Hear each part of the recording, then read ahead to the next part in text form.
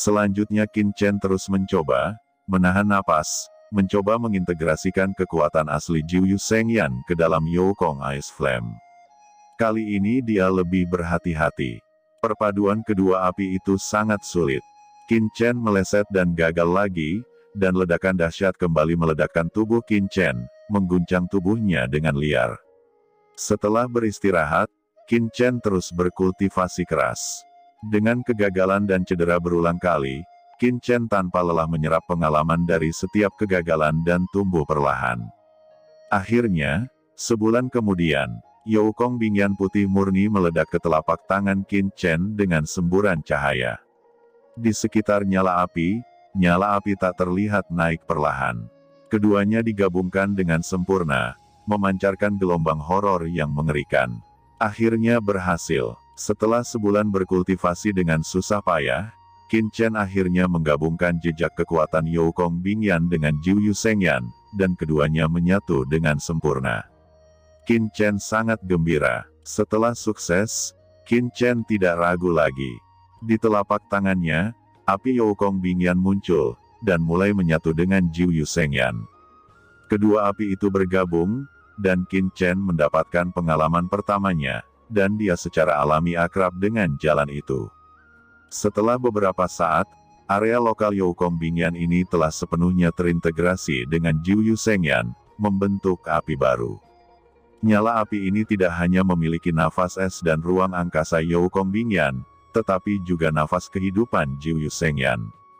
Mata Qin Chen meledak dengan kegembiraan, sekarang dia mulai memadukan api iblis King Lian. King Lian Demon Fire juga memiliki aura kehidupan yang kuat, jadi Qin Chen memeringkatnya kedua. Perpaduan King Lian Demon Fire dan Jiu Shengyan memudahkan untuk mengenal jalan. Sebulan kemudian, 3 nyala api utama telah sepenuhnya terintegrasi. Kalau begitu dari Jin Yan. Kemudian, Qin Chen melepaskan dari Jin Yan, bergabung, dan kemudian api jiwa Yin dan Yang. Ketika Qin Chen berada di dalam cakram giok, dengan panik memurnikan banyak api. Di kekosongan di luar langit timur, sosok berkabut turun ke sini. Ini adalah sosok yang menjulang tinggi, langit dan bumi menyerah di bawah kakinya. Nah, apakah ini alam surga timur? Suara ini bergumam pelan, dan pelangi ilahi mekar di matanya. Baik, karena penguasa istana telah memintaku untuk datang ke sini, ngomong-ngomong, aku harus istirahat. Kata dia melangkah ke alam surgawi timur dalam satu langkah. Setelah kekuatan alam surgawi merasakan nafas orang ini, itu segera bergetar, seolah kekuatan menakutkan dari dao surgawi akan mengusirnya. Hei, sepertinya selama beberapa tahun terakhir, 4 alam surga telah banyak dipulihkan. Kata sosok besar ini bergumam, di dalam tubuhnya, cahaya bintang yang menakutkan meledak, dan langsung mengejutkan semua jalan langit dan bumi di sekitarnya, dan jalan langit dan bumi tidak bisa mendekatinya. Lalu dia mengguncang tubuhnya dan langsung pergi ke alam surga timur. Di Laut Void Tide di luar kota Dongguang. Saat ini, sebuah kapal perang terbang dengan tenang, dengan kecepatan yang mencengangkan, seperti lampu listrik, dengan cepat mendekati kota Dongguang. Di dalam kapal perang, di antara cakram giok yang sangat kaya, Qin Chen melonjak melalui jalan api yang menakutkan. Di depannya, api yang memancarkan aura panas yang tak terbatas membakar dengan cepat. Nyala api ini terus berubah berbagai warna. Tersedia dalam warna putih, cian, ungu, emas, merah, hitam, dan hijau. Ini adalah Jiu Shengyan yang menggabungkan banyak api, tetapi pada saat ini, itu bukan lagi Jiu Shengyan, tetapi perpaduan api es Youkong, api iblis King Lian, api emas matahari besar, api jiwa Yin Yang, api bencana, dan api entropi. Nyala api yang mengerikan menelan, dan pada akhirnya, nyala api tak berwarna terbentuk, dan nyala api tak berwarna ini mengandung aura mengerikan yang bahkan membuat jantung Qin Chen berdebar. Namun, nyala api ini masih menyala dengan ganas, tergantung di piringan giok keberuntungan di alam semesta. Dan terus berguling dan melompat, serangkaian sinar cahaya 5 warna keluar dari nyala api, dan seluruh piringan giok keberuntungan di alam semesta berwarna-warni. Qin Chen mundur ratusan meter dengan wajah pucat. Baru pada saat itulah dia menemukan bahwa semut kecil dan Huo kecil sama paniknya dengan dia, hanya menatap lampu warna-warni yang tak ada habisnya. Qin Chen merasa bahwa dia baru saja melakukan hal yang sangat menakjubkan. Dia mengeluarkan bendera formasi dan mengatur beberapa formasi pertahanan untuk bertahan melawan api berwarna-warni. "Bos, nyala api ini terlalu mengerikan," kata semut kecil dan Huo kecil berkata dengan jantung berdebar. Api entropi racun surgawi dan api dunia bawah serta api bencana adalah nyala api tingkat yang mulia. Mereka telah diam selama bertahun-tahun yang tak terhitung jumlahnya, dan kekuatannya telah banyak menghilang, tetapi asalnya masih yang mulia, tetapi nyala api ini terintegrasi ke surga. Qin Chen tidak menyangka bahwa api ini akan membuat momentum yang luar biasa ketika mereka bergabung. Ini sangat menakjubkan. Api yang berjatuhan semakin besar, dan wajah Qin Chen semakin tidak sedap dipandang. Begitu api yang mengerikan ini meletus, semuanya akan hancur. Seperti pohon dewa surgawi yang dia tanam di dekatnya dan beberapa kebun obat suci di sekitarnya. Qin Chen mencoba mengomunikasikan Void Flame ini dengan indera spiritualnya, tetapi terkejut menemukan bahwa indera spiritualnya dapat berkomunikasi dengan Void Flame tanpa halangan, yang berarti bahwa setelah nyala api ini menelan semua api langit, itu tidak menghilangkan kontrolnya. Segera, Qin Chen mengarahkan Void Flame untuk berlari lebih jauh, bukan untuk mendatangkan malapetaka di sekitar sini. Benar saja, api Void meluncur langsung ke kejauhan, dengan lompatan ekstrim dan semangat dalam api jelas masih berubah.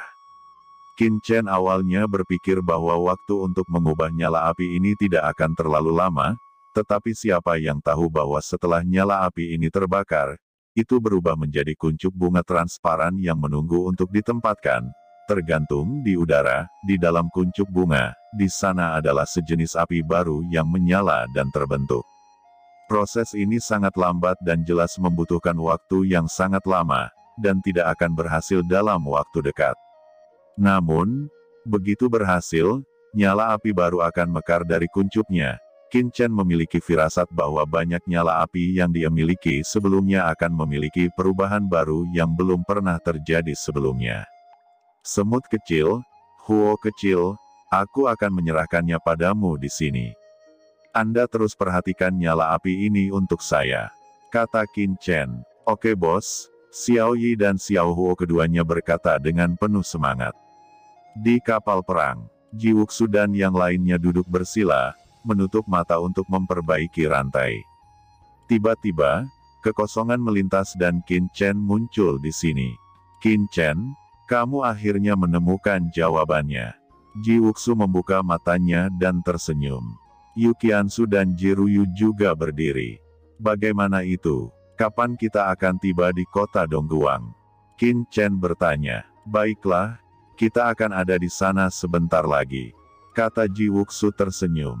Qin Chen mengangguk dan tidak sabar untuk kembali ke alam surga timur.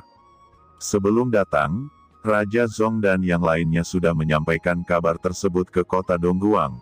Agaknya Tianwu dan Bu juga sudah menerima kabar tersebut. Di luar kastil Toko, di dermaga, satu persatu kapal perang berlabuh. Kota Dongguang adalah kota terbesar di alam surgawi timur. Sama seperti kota Nandou, kekuatan yang tak terhitung jumlahnya datang dan pergi, dan sangat makmur. Di dermaga terbesar, pada saat ini, beberapa sosok yang memancarkan aura luas sedang berdiri di sini, di antaranya beberapa lelaki tua, tampak bersemangat dan menunggu. Kelompok orang ini secara alami menarik perhatian kekuatan lain di sekitarnya.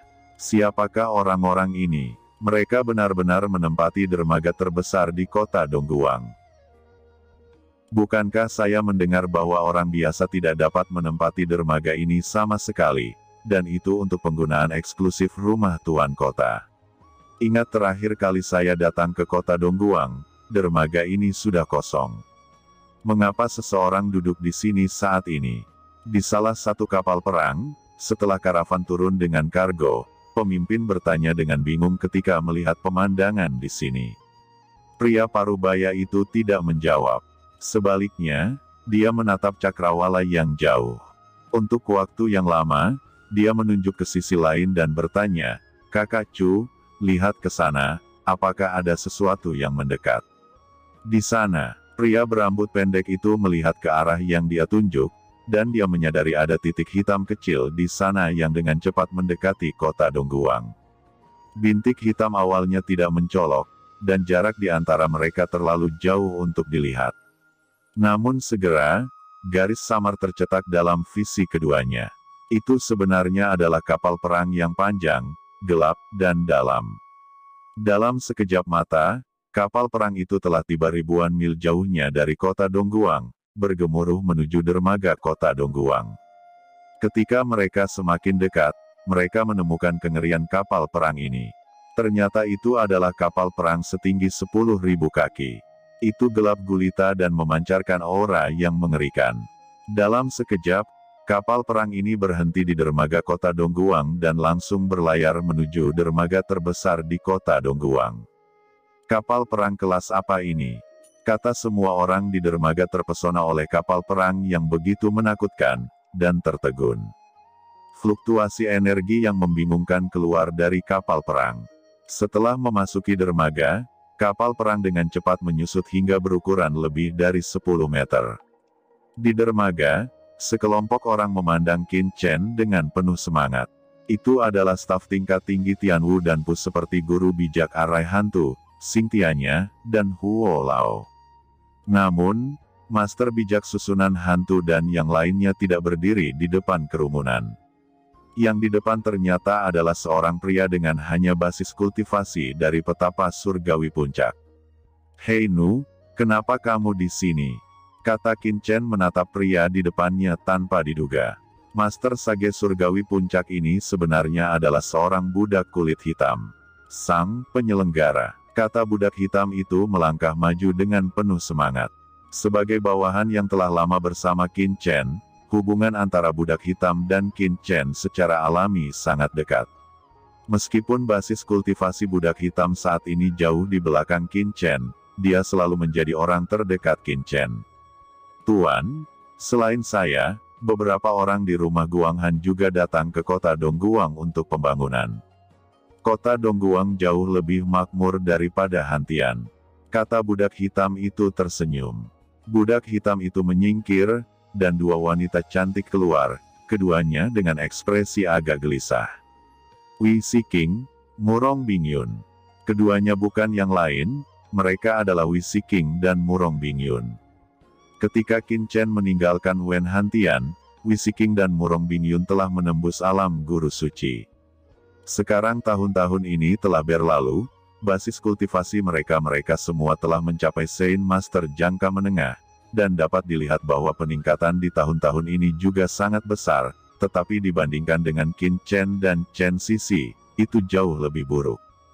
"Qin Chen," kata Wei Siking menggigit bibirnya dan menatap Qin Chen dengan ekspresi rumit. Ada sedikit kegembiraan di matanya, dan matanya sedikit basah, tetapi dia tidak bisa mengatakan sepatah kata pun. Di samping, Murong Bingyun melirik Qin Chen, samar-samar bersemangat, tetapi setelah melihat dua bersaudara King Qiuzi dan King Su yang mengikuti Qin Chen, dia tiba-tiba mendengus dingin. Qin Chen berkata sambil tersenyum, begitu dia kembali ke kota Dongguang, dia bisa melihat beberapa teman, dan Qin Chen secara alami cukup bahagia. "Begitulah cara Anda ingin pergi." Pada saat ini, suara keras terdengar, desir, dan suara menerobos udara. Sekelompok anggota tim penegak hukum dengan cepat jatuh dan mengepung Qin Chen dan yang lainnya.